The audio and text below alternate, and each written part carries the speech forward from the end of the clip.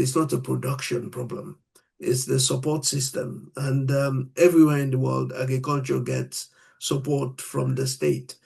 Somehow, on the African continent, we've not been able to figure out exactly how to do this well. If you're looking at interventions that impact livelihood, right, decent work, decent jobs as part of the SDGs, then we use agriculture as a platform. The policymakers really need to wake up.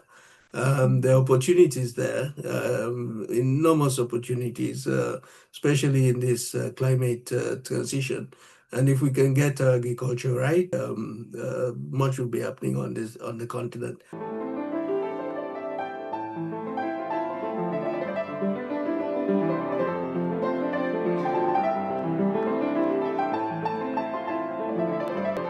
Welcome back to Afri-CAN.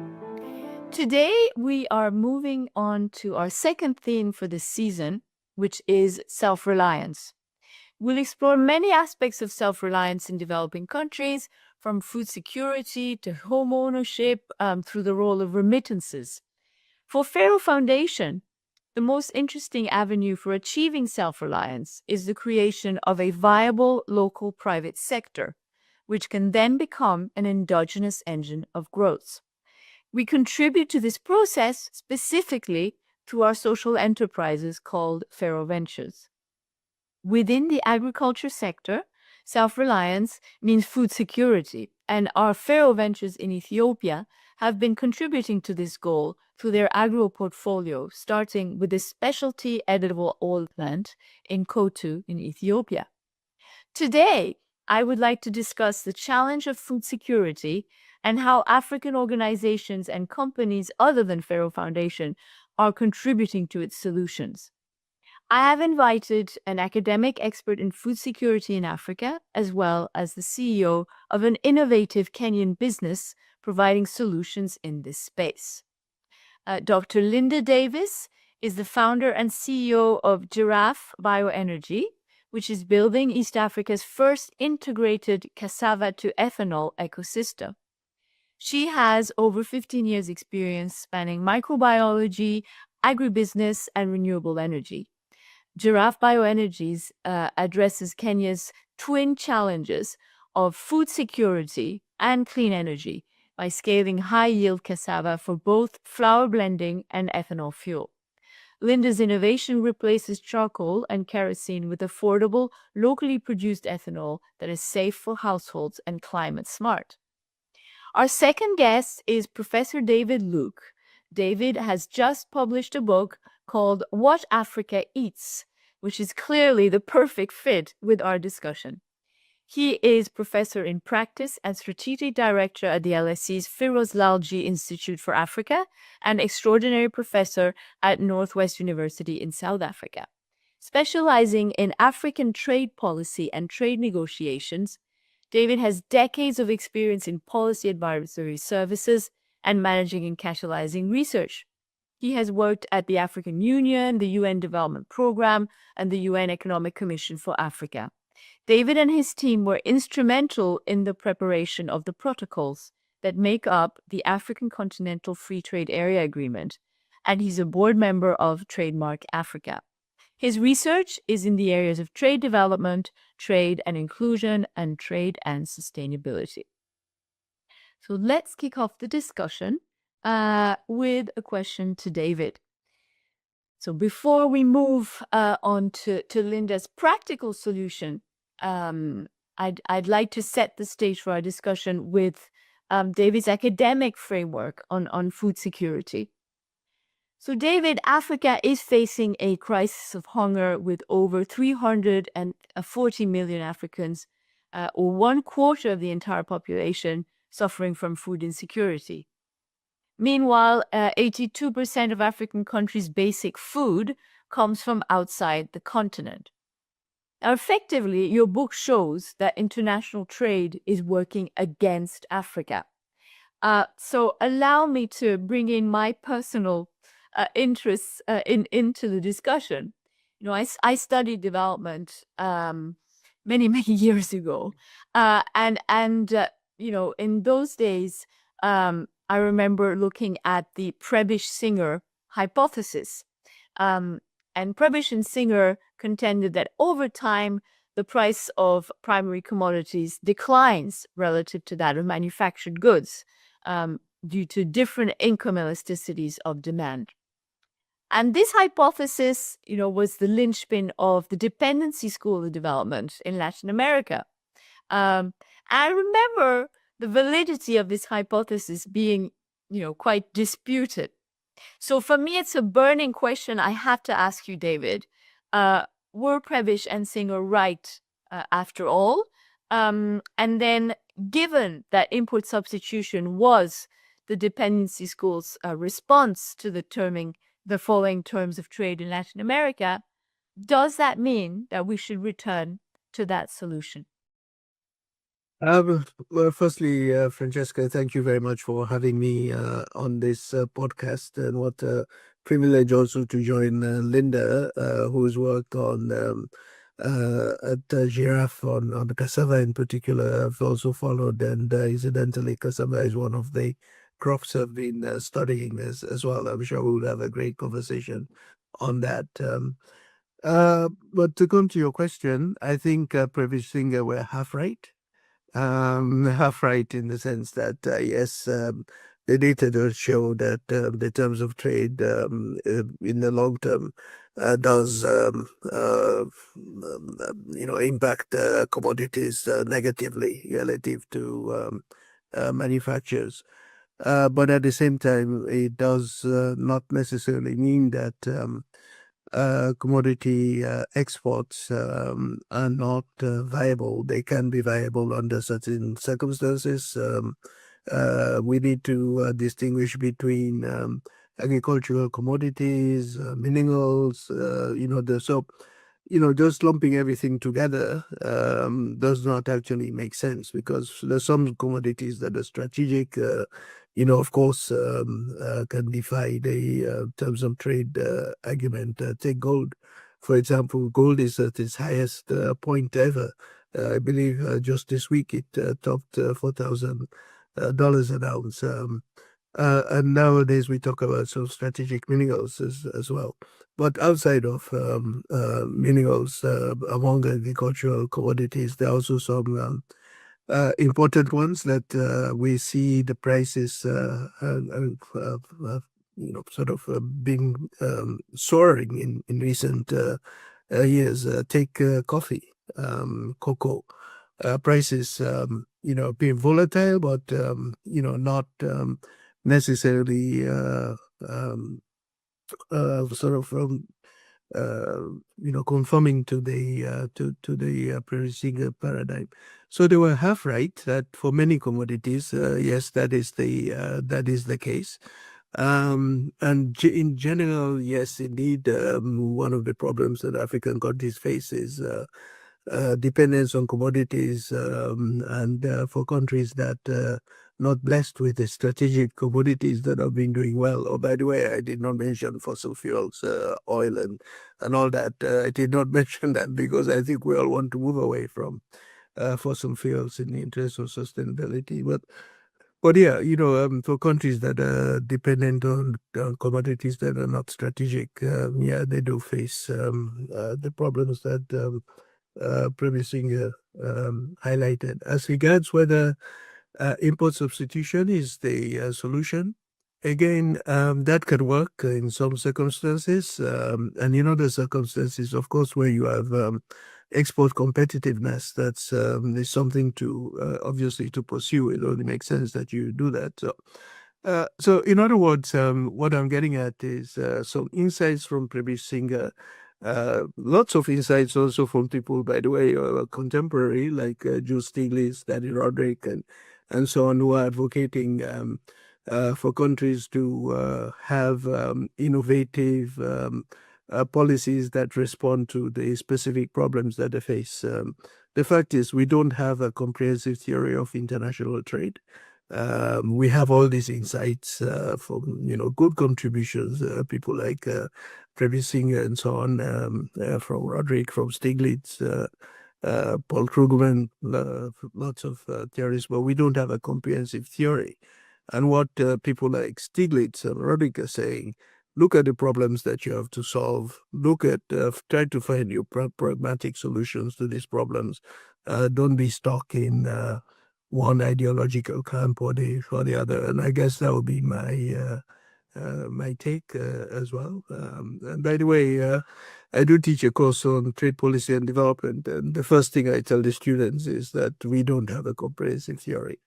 We have all these insights starting from Ricardo, comparative advantage, or even going back to Adam Smith, or specialization. And these days also, in the interest of being comprehensive, theories like Ibn Khaldun, who was an Arabic scholar, who also talked about demand, supply, and wrote about these things apparently 400 years before Adam Smith. So, all of them give us good insights, but we don't have a comprehensive theory. Brilliant. That is a great way to start this discussion. So if we don't have a comprehensive theory, maybe we can learn all the more from the practical solutions to our problems. So I'm turning now to Linda. Can you please explain the relevance of your company to Kenya's food security challenge, and tell us specifically about the bioenergy innovation that you've developed? Yes, please go ahead.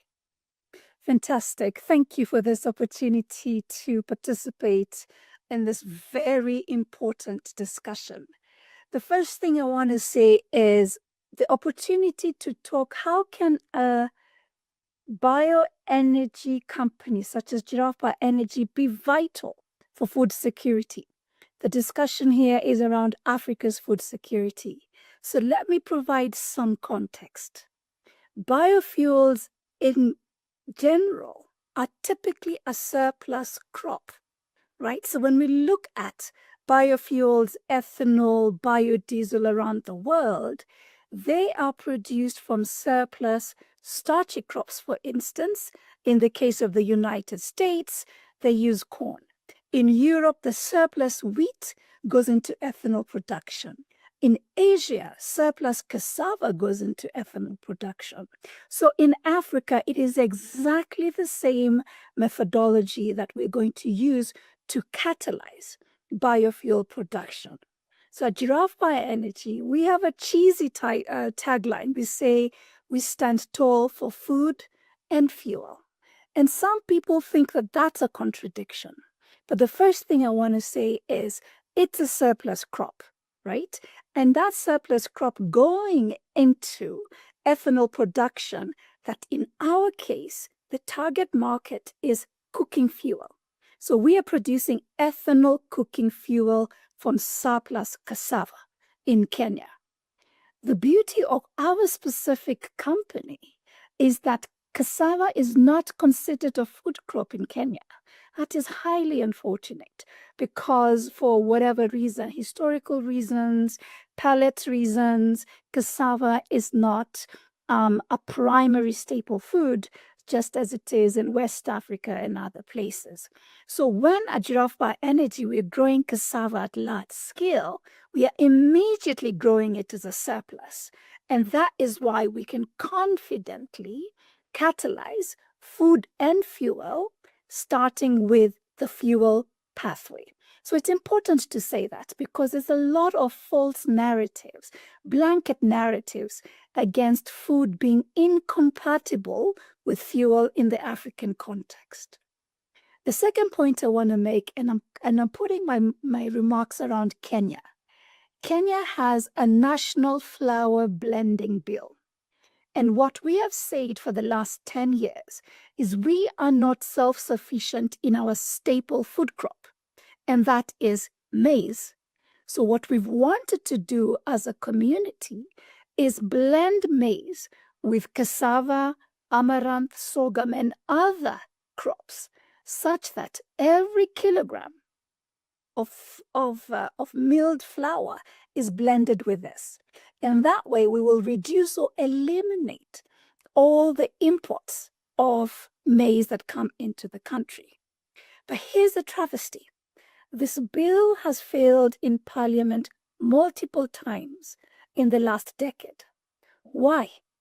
It is because there is no sufficient supply of cassava that can go into the food value chain.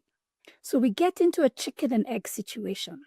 The millers are saying, we're happy to blend. We do not want to import maize.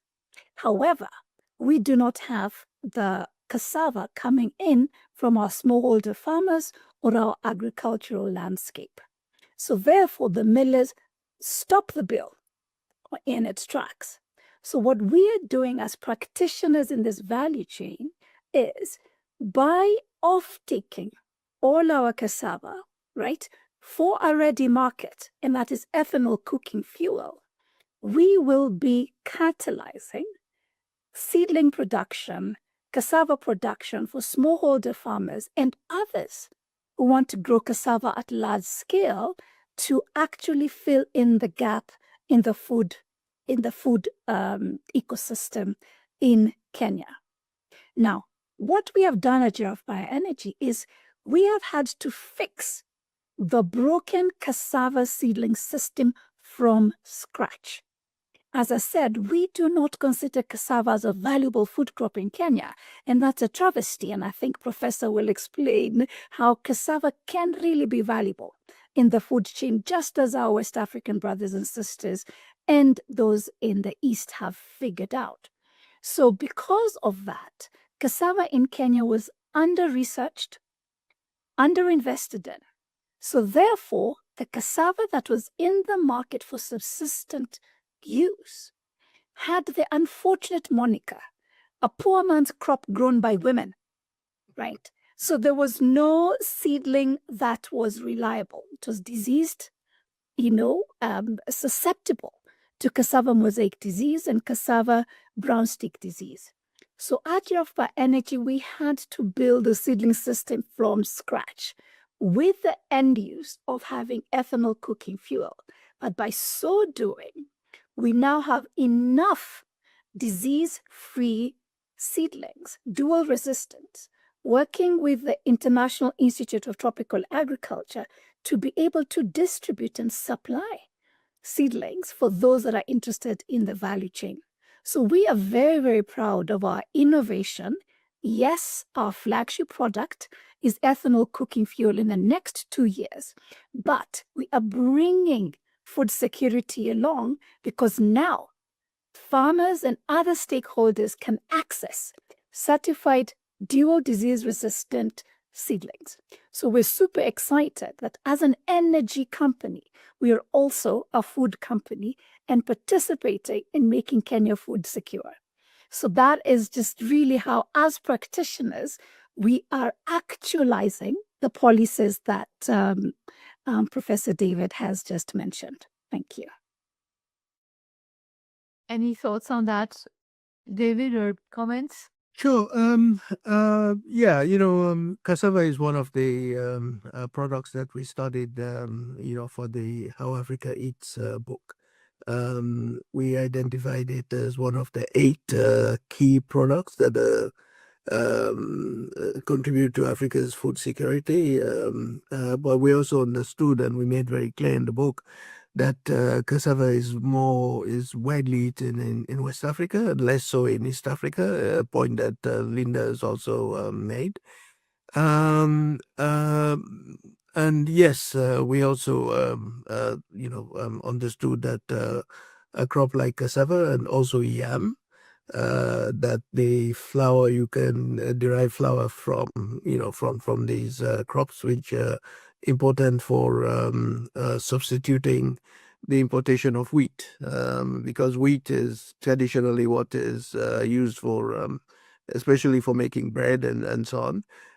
In places in West Africa, for sure, Nigeria, massive population, as you know, they do have legislation about unblending imported wheat with local crops like yam and cassava for making bread and so on, and that has worked quite well. I was smiling as Linda was talking because I was saying to myself, I know that Kenyan palates are highly refined and maybe not used to these sorts of blends, which is why the legislation has not gone through. And certainly cassava can be seen as Linda said, a poor man's crop. But let me also say something about cassava and the other products that we looked at. There are two products that can be produced competitively in Africa, two agricultural products related to food security. These are yam and cassava. And the reason why they're being produced competitively is that they're not subsidized elsewhere in the world. Now, if you look at the other 6 products that we looked at, such as maize, rice, wheat, poultry, for protein, poultry, fish, livestock, these are subsidized in other parts of the world. Now the subsidies, which by the way also because allowed under WTO rules, because we looked at the sort of broad WTO context and sort of global trade and all this. Now these subsidies are allowed, and the conundrum is that the subsidies make these products available. So as a planet, we have all the grains and the starchy foods, and we have all the proteins and so on. We have all of these things because they're being produced not necessarily in Africa, but in Europe, in North America, in Asia. Japan subsidizes rice, for example, very heavily. China, India, and so on. So we have all these products.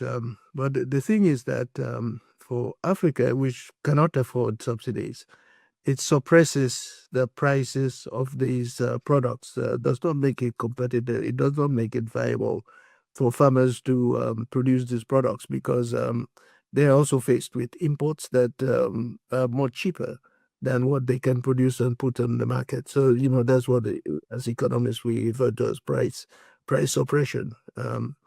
But yam and cassava do not suffer from this because they're not subsidized, because they're not eaten elsewhere. So we found that the widely produced, available, the integral to food security, certainly in West Africa. The cassava consumption is growing in East Africa.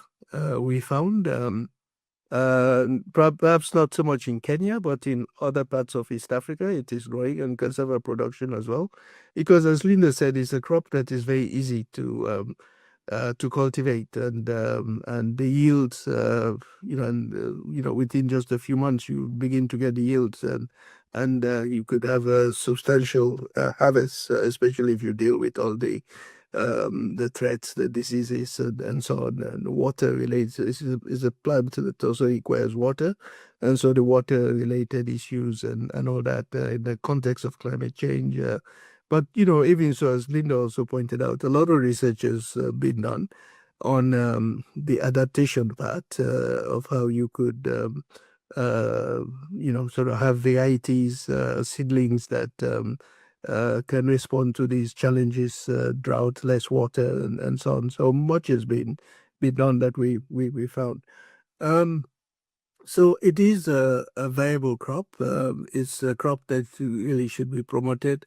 And as Linda said, it is possible to get, both, for it to contribute to food security as well as to industrial production. I mentioned industrial production because everybody understands that African economies need to add value, they need to grow, and you could only do that through also being involved in industrial production, in industrial development. So cassava does, as yam also, has this industrial use. Linda mentioned the use in biofuels, but it can also be used in other things like producing starch, which is used for in the clothing and textile sector. It can also be used for producing glue.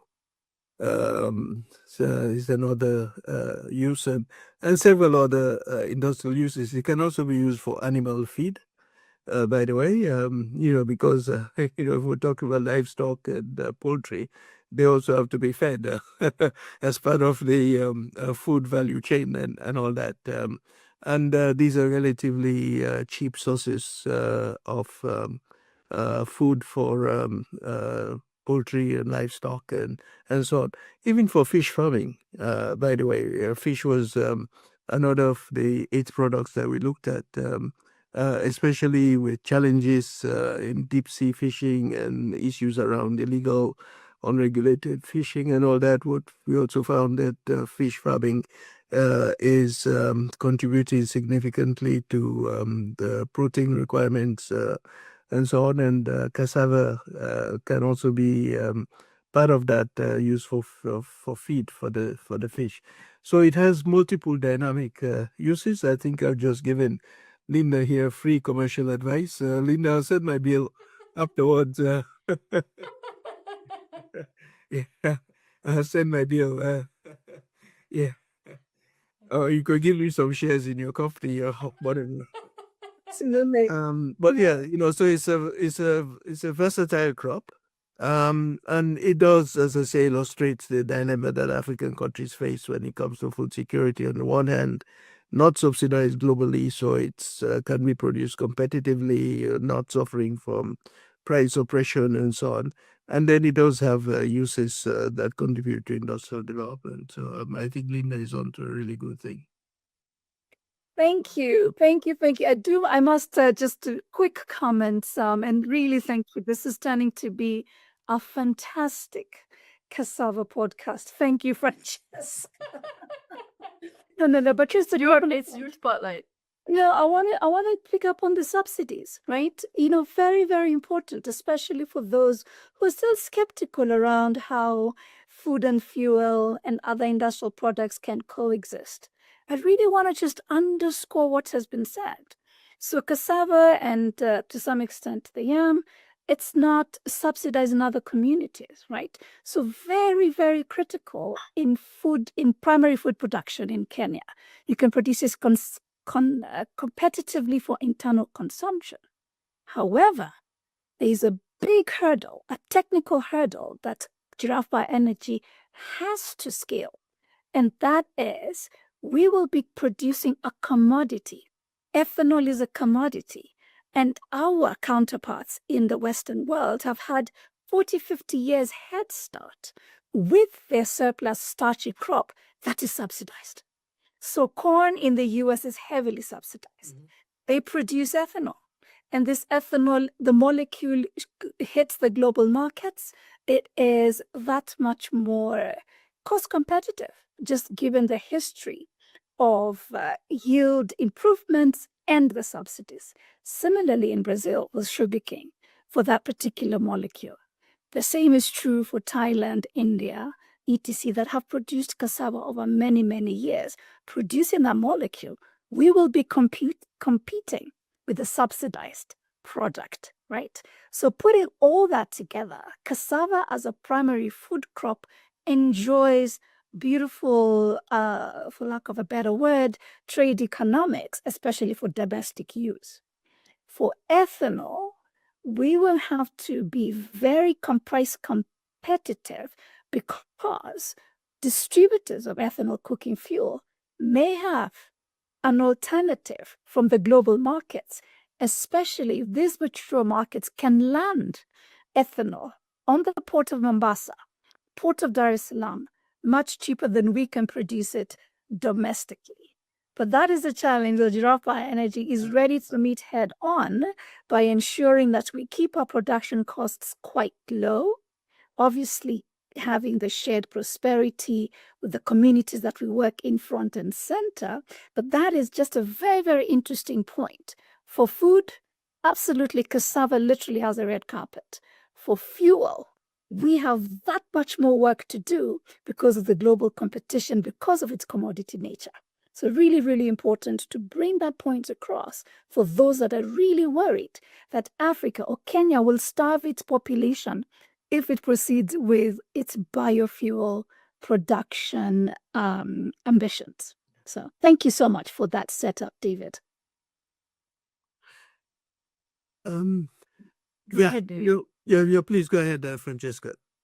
If you like, I mean, I love it when conversations become purely organic. So, feel free to interject. I was actually gonna move the discussion on to the issue of food policy, which is somewhat related to what we're discussing anyway. So feel free to just build on. I'll just underscore the point that Linda's just made, which I think, in a sense, validates the on analysis in the How Africa Eats book, because we talk about the effect of global food subsidies and how it impacts Africa and so on. We did not actually look at the industrial uses of because we were focusing on food security. But the point that Linda has just made brings out the dilemma that Africa faces in relation to food security, that it cannot really compete on a level playing field with places that can subsidize. Even in fish, Africa does not have the fleets that are subsidized and so on. We do now have an agreement at the WTO on fisheries. But what we found in our analysis is that African countries are actually buying fish back from those who have exploited the fish in their waters, because Africa has 2 oceans and a sea, and it's mostly foreign fleets and buying back the fish from other countries. Now, the point that Linda makes underscores this issue of subsidies, because it's a huge problem. And the commercial opportunity is incredible for clean, as we call them, biofuels, clean fuels. The shipping industry is being decarbonized, which means there's a huge, massive demand that is going to grow in the next few years, as even the shipping technology is being adapted to move away from diesel to biofuels. The same for the aviation industry. So this is a huge commercial opportunity. But as Linda says, because there are alternative raw materials that you could use for producing ethanol, it means that the competition, again, as in the case of food, is not a fair competition. And, they're going to have to struggle despite this huge demand that we're only at the tip of the iceberg, because we know that the shipping industry, the aviation industry, are committed to meeting their climate goals and so on. So huge demand, but companies like Linda's would struggle to find their feet in this new setup. So I think, although, as I said, we did not look at this aspect, but the insights apply just as well to the problems around food security. The answer to that, though, once you've identified the problem, what do you do about it? Sadly, my view is that African governments have not really woken up to the opportunities that are in agriculture. And agriculture is not incompatible with industrial development. In fact, the two go hand in hand. The kind of things that Linda is doing shows that the two go hand in hand. But beyond that, agricultural production today is not what it was in the past. Now you need to have knowledge about the soil chemistry, how much water you need, the seedlings, all the research that has gone into what kinds of seedlings are suitable for which ecosystem and all this. The kind of knowledge that you need today for successful agricultural production is as complex as the kind of knowledge you need for setting up a factory to manufacture things and so on. So the line between uh, agricultural production and industrial production is being blurred. And then also the kinds of technologies that you need for supporting ongoing production, whether it's irrigation and all that, but then post-production as well, after the harvest for storage and all that, at particular temperatures and so on to ensure that the crop remains viable and all these things. So now it's a completely different ballgame. But our research found that African governments are not investing in this. The land is there. Africa has 60% of the world's arable land. The land is there. By and large, we still have rain despite the climate and change and all that. We have the soils, but investment is not coming. And I know that this is an area that, Francesca, you're interested in. I'll just be brief, just to say that the banking system is not geared to lending to agricultural production. Because smallholder farmers farm on communal land, which generally is not regarded as suitable for collateral and so on. So, those sorts of problems. But there are ways of overcoming these problems. We've seen smallholders thrive in places like Kenya, in India, for example, where financing and the kind of support that smallholder farmers need been made available, and hence India has had a green revolution, which we are yet to have on the African continent. So much could be done to support smallholder farmers. It's not the problem is not with the smallholder farmers, because sometimes I hear people say, "Oh, what you need is commercial agriculture, large scale," and not necessarily. You can still have smallholder farmers doing amazing things, and in fact much more committed to all the sustainability requirements, because it's their land and they know it and they understand the ecosystems and all that. But they're not getting the kind of support, and I think finance is the key to this. That's just not available to them. Completely agreed there. This discussion has been so fruitful that I think we actually need to move to the last question now. I'm delighted to say that. You've given me very little work. So just to kind of try and wrap it up here, I just want to go back to the initial point on trade, because trade is clearly a major driver of the food insecurity as well. And is there any way it can also be part of its solution? And what is the role of intra-African trade in addressing the problem? Basically, this is analysis as well, that the problem is not, as we put it, it's not a production problem. It's the support system. And everywhere in the world, agriculture gets support from the state. Somehow, on the African continent, we've not been able to figure out exactly how to do this well. I know the resource constraints and so on, but sometimes you have to prioritize, and then agriculture, the benefits enormous, as we've been discussing, especially in regard to this the issues around climate.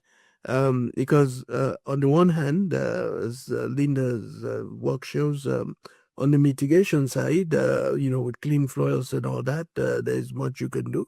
Also on the adaptation side, there's again much that these you can achieve through these crops. So it's essential to sustainability. But to end on the question on intra-African trade, much of the trade between African countries is actually on agricultural products. Whether you look at formal trade, and I've just been seeing some reports that Ethiopia has just made its first shipments under the African Continental Free Trade Area. Just yesterday, I saw some photos and all that in social media, and it's mostly agricultural products that are being sent mainly to West African countries. So inter-African trade, formal inter-African trade, informal, intra-African trade. It's all mainly agricultural products. And all of this is happening sometimes with very little policy support. So if anything, I think the message from both Linda and myself coming out of this podcast is policymakers really need to wake up. There are opportunities there, enormous opportunities, especially in this climate transition. And if we can get agriculture right, we would be much will be happening on the continent. We'll solve this food security problem. We will be contributing to mitigation. We'll be also finding solutions on the adaptation. We would, be trying to ensure that agriculture itself, which is an emitter, is much less so. And so there are just so many possibilities, but we need to wake up.